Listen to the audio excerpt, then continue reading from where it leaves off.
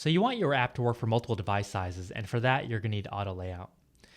Let's say that you have this design here on the left for the iPhone XR. And when you run it on an iPhone XR, it looks normal. But then if you were to run it on a much smaller phone like the iPhone 4, it's going to look pretty goofy. By the way, to turn on this screen on the right, you just click on this button here and click preview. And you can add any number of phones right here to see what they look like. And you can even rotate them by clicking this icon. So this allows me to preview a couple of phones. So let's take a look at this upper left-hand one right here. So this box looks pretty normal on both devices, except that this one looks taller. And the only reason why is because this iPhone XR has more stuff going on at the top here. So even though this height, this margin is the same, the kind of effects are different. So this one, I kind of want to push up a little bit. So let me do that by clicking on this icon here, and then I'm going to introduce you to these auto layout controls right here. So if I click on this icon right here, this little TIE Fighter icon, then I can see that I can add my left, top, right, bottom margins right here. I can specify my width and my height right here, and then I can add constraints. And so I wanted to add a margin at the top of 23. And so one thing to notice is that you have this drop down arrow here, and that's because you can add constraints with respect to any number of views. Like for example, for this box here, I can add a constraint with respect to this view or this view on the edge, and I can select which one via that drop down arrow. So let me take a look at it again, and I notice a concept here where it has this weird thing called a safe area and a view, and they're both 23. So if I click on safe area here, it's not an actual view. Safe area was a concept that was created to handle the fact that sometimes you have stuff going on the top and the bottom that are different by phone, or it could be like the navigation bar area or the tab bar that you want to avoid. And so, well, which one should you use? Should you use the safe area or should you use the view? Well, so it just depends. So for example, if you want to be with respect to the bottom of this region here, then use the safe area. But a table view, for example, you want all the way to the top because you even though it's kind of obscured by this stuff here, you want a table view to fill in this white space here. So you want it with respect to the view. And so in this case, I'll make it with respect to the safe area. And then I kind of click on this icon right here, and I'll leave this constraint margins button checked too. So I'm going to add this constraint. So constraint to margins, what that is that every view, it has this kind of padding in it. You know how like in Google Docs or Microsoft Word, there's that print area. So if you want to be with respect to that region, then make it constrained to margins. That way, if I dynamically change my margins later, it's going to scoot down every view that was tied to the margin. Honestly, it's something that I've rarely seen used very, very frequently. But anyway, so I do this, except that it's unhappy right off the bat. And nothing really interesting has happened here. It's red. So if I click on this red icon here, it's going to show me what its beef is. And so what it's trying to explain to me now is that once you enter the world of auto layout, the way it works is that you have to add constraints until constraints are like rules, and you have to add these rules until the system can use those rules to determine the X and Y of the view and then the width and the height of the view. So with this top margin, all it can determine is the Y. It doesn't know the X and it doesn't know the width and the height. And so if you look at these errors right here, they're going to say that, hey, I need a constraint for the X position and the width. And this one is going to say I need a constraint for the height. So this is just one of the quirks of auto layout. And so I can't just add this one. This is enough to determine the Y. And so I'll come over here and I'll do the same thing here on the X side. And I'll say, hey, I want a constraint of 30. This one's going to be with respect to the safe area. And then I'll add this constraint. And then so now it can determine the X and the Y, but not the width and the height.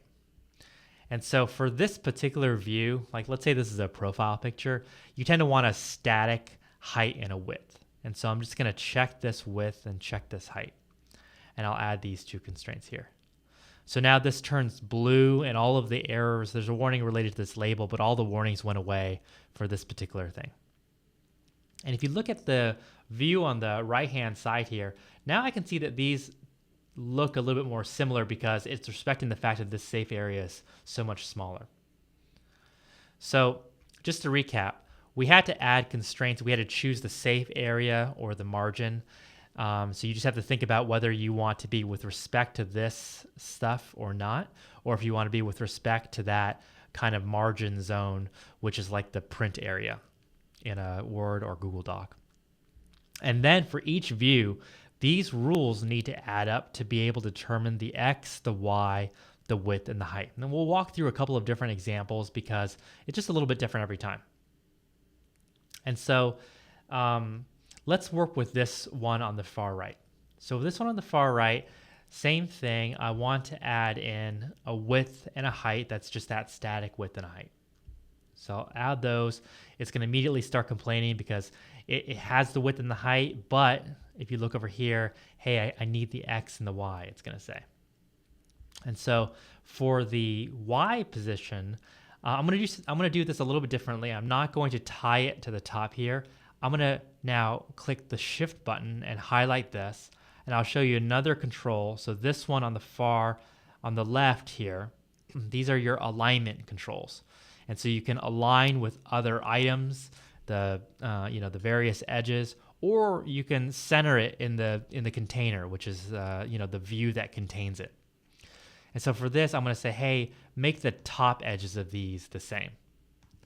And so it's going to recognize that, hey, this one already says it's this margin from the top, and this one, hey, just line up with it. And so now its only issue is the fact that it doesn't know which X distance to use. And so this one's different. This one's kind of right justified. So I'm not going to set a left margin. I'm going to just set a right margin here. And so if I do that, then it's going to have all the constraints that it wants. And you could look on this phone, and now it's kind of adapting better for the different widths of these phones. So this one right here, this one's a little bit different because unlike these, I do want its width changed. My intention is that I want it to grow and shrink with the size of the phone. And so as usual, I add in my top constraint. And so here you can see, hey, do you want this with respect to that square view here? Or do you want it with respect to the top area? What do you want this to be relative to? So it's usually pretty common to pin it to the closer view. So that's what I'm going to do here for the top. And on the left-hand side, I'm going to pin it here. Now, I'm not going to give it a width because I don't know what width to give it. It's going to be different. It depends. Instead, I'm going to also give it this right constraint. If you give it this right constraint, then it can actually figure out the width even though you're not specifying it directly because it has a left side and a right side. And then I'll give it a static height though. So it's going to be happy, and I can see now that these are happy. By the way, these constraints, they're not like settings, they're initial rules. So for example, if I click on this again, all that's gone because this is the form that you use to add new rules, but these rules already exist.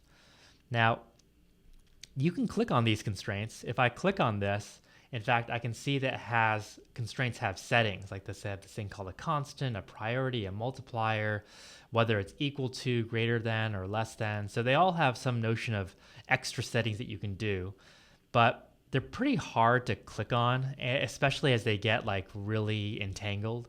And so the way I prefer to look at them, they also show up here, by the way, but I think they're pretty hard to read.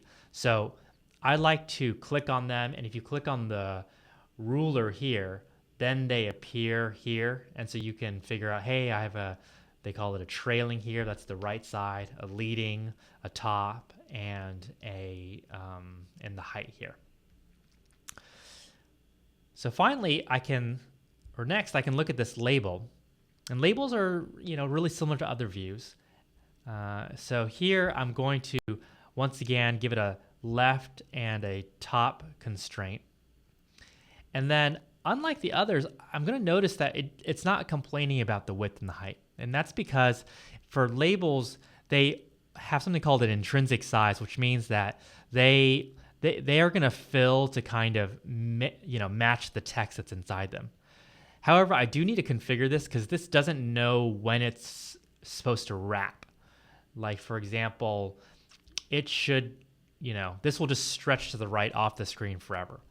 So the most common case is that you give it a margin, but you type in like, say, 30 here. That way, it's gonna wrap at this distance here. And just to illustrate that, I'm gonna delete this, and then I'll give it like a smaller. Instead of using a right hand side margin, I'll just wrap it to this fixed width of 100. And the other thing is for labels, of course, if you want them to wrap, you have to give it 0 lines here in the properties. And so in this case, you can see that by the width of 100, I've given it this wrap distance. Now I'll change it back to the way I wanted it before, which is the more common case with labels where on the right-hand side, you're giving it some margin as well. Then finally, this bottom one, I'm going to illustrate to you, again, a fixed width and a height. I'm going to pin it to the bottom of the screen. And then I am going to align it centered into the container here. Then if I click on this, so now you see, hey, I've kind of achieved something that looks normal-ish on both this kind of big phone as well as this little phone.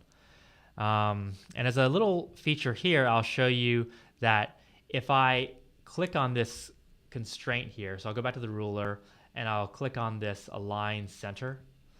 So that constant here that we can click on, so this alignment constant, you can also look at it here. If I were to increase it, you can see that you can offset it from the center. So anytime you have some kind of alignment, you can do alignment plus some margin. So let me show you something here too. Let's say that I'm tinkering and I want to nudge this around. So check this out. I've set this up and I want to move it to the upper right here. So you see it kind of freaks out, right? There's a lot of stuff going on here. So the reason why it's freaking out is because the rules that I have configured have it so it's going to land in this dotted area here, or this dashed area here. So even though I've shifted it here, maybe you can see that it's still going to, reposition here. And so you have two choices. You can click on this button here. This button here is called Update Frames. That's going to pull the frame back to where the rules said it should go.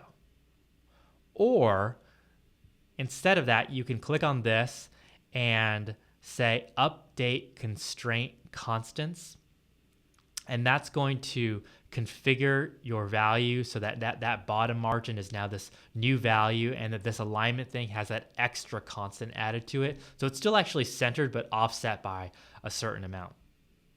And so that's the Update Frames button or Update Constraints button. And then the final controls here that might be useful is this button called Clear Constraints.